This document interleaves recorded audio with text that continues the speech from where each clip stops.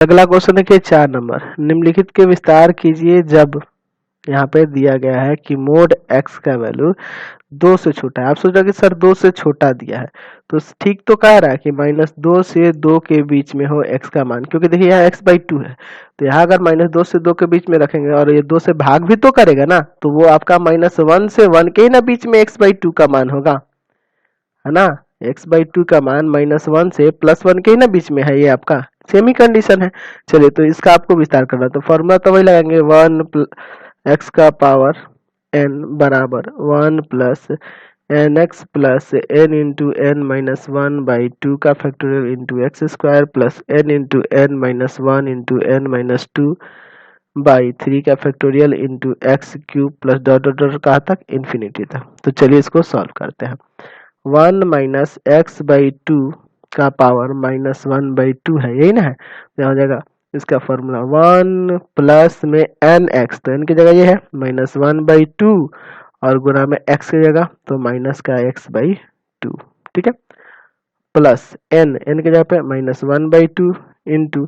n minus 1 यानी -1/2 -1, ठीक है,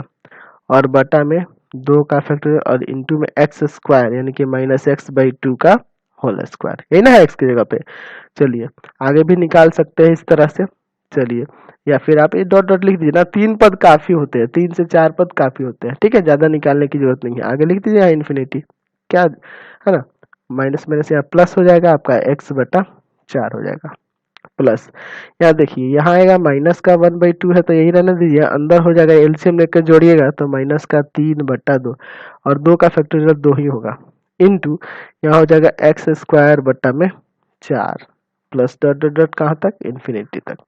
क्लियर है। 1 प्लस x/4, यहाँ माइनस माइनस प्लस हो जाएगा, प्लस ही ना रहेगा। चलिए देखिए यहाँ ऊपर सिर्फ 3 है, ठीक है, ऊपर आपका 3 है और ये जो 2 है ना इसके साथ गुना करेगा, है ना,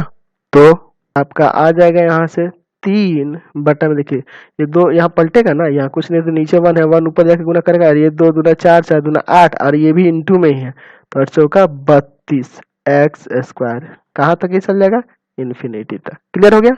आसान था क्वेश्चन। चलते आगे बढ़ते हैं, चलिए